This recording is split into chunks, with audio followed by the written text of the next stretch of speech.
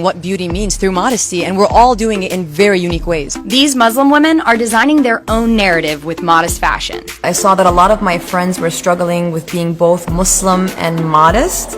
I decided to start a blog to show them how pretty and beautiful it is to cover up, to show that you can look beautiful and not compromise your values. Hasana called her blog PFH, perfect for her. She soon found herself as a lead influencer in the modest fashion industry. She grew her blog and started hosting trunk shows for other women to find hijabi-friendly clothing. You really don't have to compromise who you are to fit a mold. No normal is the new normal. Now, Hasana's PFH convention has grown to be one of the largest modest fashion events in the US. This event is in support of female Muslim entrepreneurship. Now, those three words are three difficult things to be right now. Female, Muslim, and an entrepreneur.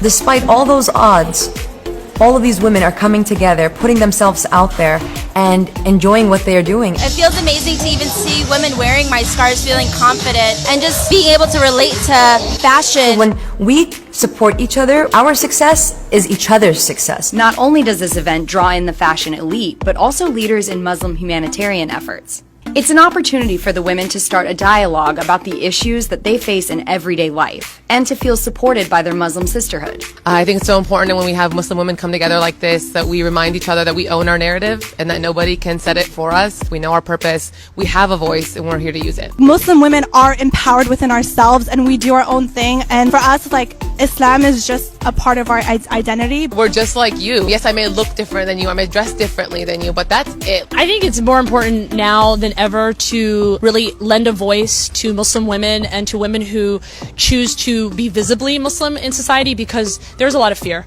And I don't want anyone to feel that they should be silenced or that they should, you know, kind of tone themselves down in some way because it makes someone else feel uncomfortable. We are here to show that we are the American Muslim synthesis, that being American and being Muslim are not mutually exclusive, and that these are not two identities that are at odds with one another. We are empowered and we own who we are, and we're out there and we're confident and we're go-getters and we're hustlers and we're making things happen for ourselves. So watch out, world.